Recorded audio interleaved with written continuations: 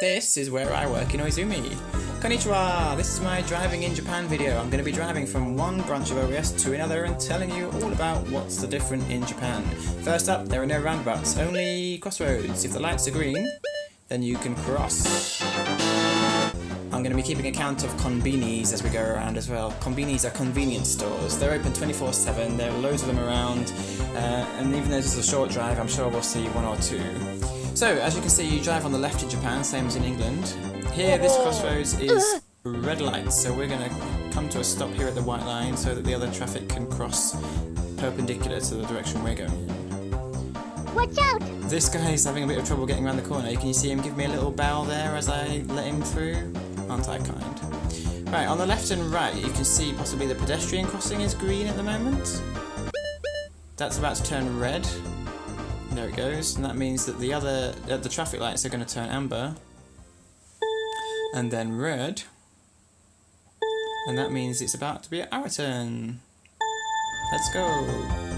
If you're turning left or right, you have to beware of pedestrians. You may have noticed the pedestrian crossing went green as well at the same time on the left and right. So make sure you're aware of pedestrians and cyclists as you drive around. I nearly ran over a cyclist once. Right, at this crossing I'm going to turn right, so I'm going to use this centre lane here. If this guy doesn't hit my car, there he goes. On the left you can see a lady with a yellow hat. She is the equivalent of a lollipop lady. So in England, lollipop ladies help kids across the road after school. It's about 3:30 at the moment, so she's going to be using her little yellow flag to help kids get across the road. Right, so I've got to wait in this central lane, even though my light's green. Obviously there's traffic going. Let's go! But once that's cleared, we can go off on our way, making sure we don't run over any pedestrians. Oh, there's a Mossburger on the left there. Did you see it? Mossburger is a nice little restaurant, a bit like a McDonald's. There are McDonald's as well, we might see one later on. There's another convenience on the right, another 7-Eleven. The solid yellow line in the middle of the road there, I believe, is meant to be that you're not allowed to overtake other cars, like by crossing into the other side of the road. Usually you can, but in a place where it's kind of busy and there's lots of intersections, they put that yellow line down to stop people from doing anything dangerous. Yeah, driving in Japan's pretty chill. I got given this car basically as soon as I arrived.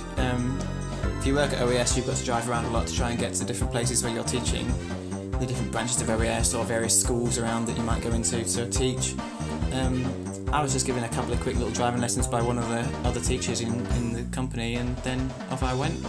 It's pretty easy. The only difference of note really is the traffic lights, which are really irritating actually. There's traffic lights everywhere, so you're constantly coming to a stop and starting again, and often the traffic lights are red when there's not even anyone waiting to go the other way.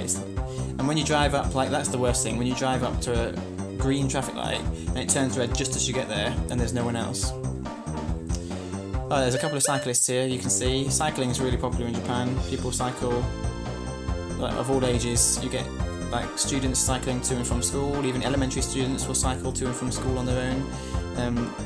High school students, businessmen in suits you'll see cycling around. Even in the rain, like it was raining earlier in the week and I saw plenty of cyclists powering through in the rain. And yeah, old people as well. Supermarkets have got piles of bicycles outside, and they don't even lock the bicycles up either, they just leave them propped up outside supermarkets. It's kind of amazing. The crime rate in Japan is pretty low. There's not much crime, it's pretty safe.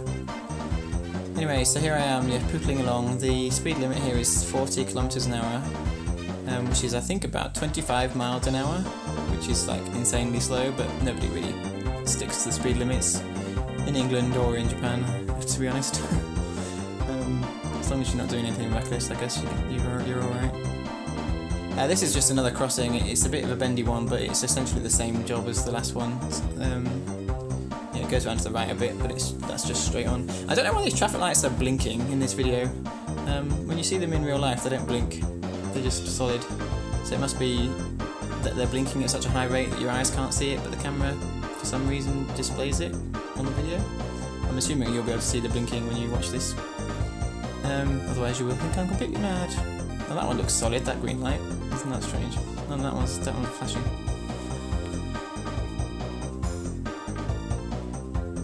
So this is kind of like, I guess, the edge of the urban Japan. It gets a bit rural if I... Like, obviously there are lots of factories and buildings around this place. Oizumi itself is the home of quite a lot of, like, car part manufacturers. Subaru and a few other, like, companies of different sizes operate there. And this is all, like, industrial looking, isn't it, this area? But soon I'll be entering, like, a more rural countryside type place. But even here, like, I was going to say, I'll be coming across some little, like, mini bits of farmland and stuff, but even in the middle of, well, maybe not here. But yeah, you're never far away from, like, not in this area, in Gunma anyway, you're never far away from kind of the countryside, although even the countryside doesn't seem like English countryside. It's different to Japan. So here we're queuing at the moment to go around this bend. You can see the little queue of vans and lorries and things, and just ahead is kind of a main road. It's a bigger road there. So we're currently queuing to get for our tents to get onto that main road, which I'll be travelling down a little ways to get towards Nakano. On the right there, you can see some banners waving in the wind. They're really common. I think businesses tend to put them out when they open in the mornings, and then take them back in again when they're closed. So that if you see them, you know that the shop or the business is open. I know that OES has those outside every branch, that whoever's working, the Japanese staff, take them out and put them back in again. But yeah, it seems to be quite a common thing. I mean, maybe they exist in England, but I don't think every business has them. There's these little quirks, little differences between Japan and England, always surprising me. So yeah, the traffic light just went red on the other side there for that lot, so we're allowed on. You can turn left or right here, but most people turn right, it seems. I've never actually seen anyone turn left there. And this is now main road. So let's have a little change of music.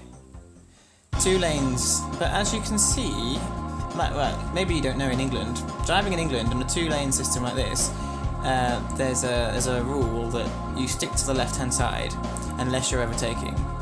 So everyone's supposed to drive in the left-hand lane, and the right-hand lane, or the right-hand lanes, if there are more than one, are the overtaking lanes. So you move into that lane to overtake someone who's going slower than you, and then you move back across to the left-hand lane again.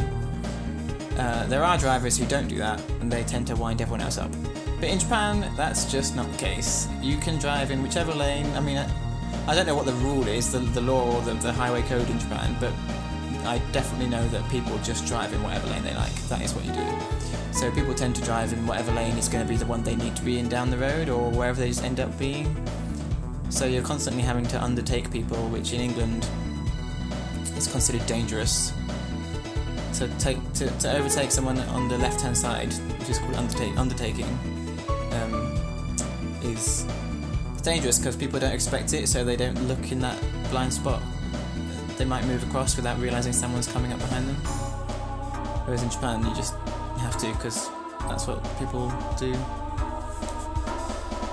And here is combi number 3.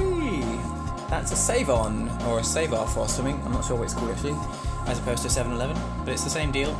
Pretty much identical inside as well. We're turning off here, so I'll be indicating right now, and off I pop, making sure there's no pedestrians. Here are some elementary school kids. Look at those uniforms and those helmets. Kids that cycle to school in Japan all have these little white helmets to wear. I don't know why I said little. Head-sized white helmets to wear. I think I've even seen kids walking home or walking to school with these white helmets on. I don't know if they have to wear them or if they just find it more convenient to put them on their heads rather than carry them in case they need them. I don't even know. It's funny though. And those white and those blue jumpers, those blue uniforms. Pretty fashionable, huh? Yeah, this road's kind of an awkward road to ride on actually. If, like I'm supposed to stay in the middle, but like especially around this bit, it's too narrow in the middle and there's a massive gap on the left, so we will end up driving kind of off the edge. I'm not really sure what that's about. Oh, and here, I don't know what that is. So, yeah, you have to kind of go off the edge of the road. I don't know what that big gap is supposed to be for, on the left there that I'm driving in at the moment. Is it cycle lane, or is it just bizarrely big pedestrian? Is it like a pavement, like replacement pavement, because there's no pavement for people who walk on? Is it for parked cars like that? I have no clue. Ah, you may have noticed there that there was a car waiting to cross, so there was no traffic lights there. There is a crossing. Now the way they work is that if you are, if it's a crossing without a traffic light, then one of the directions will have a stoplight. A stop sign. Now here, you can see some farming going on in the middle of all this built-up area. You'll see these little fields just surrounded by buildings. I want to stop that there because it's a kanji that I know. That means flower. I'm studying kanji. It takes a long time. That one means flower.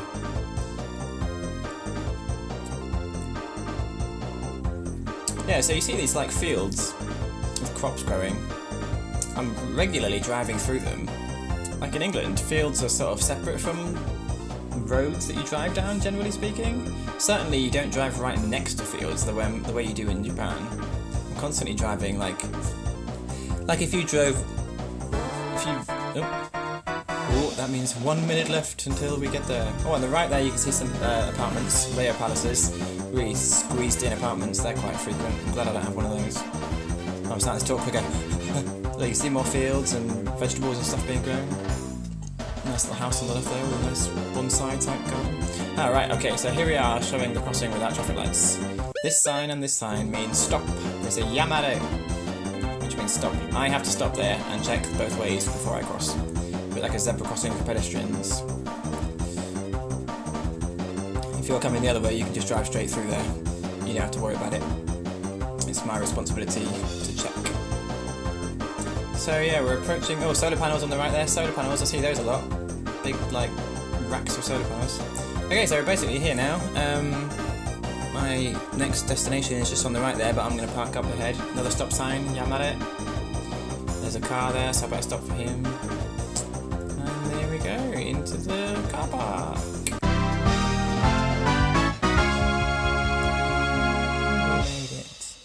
Oh, you can see a train track there. The cars coming to a stop before they cross over. That's kind of annoying having to do that all the time as well. Lots of train tracks around in Japan.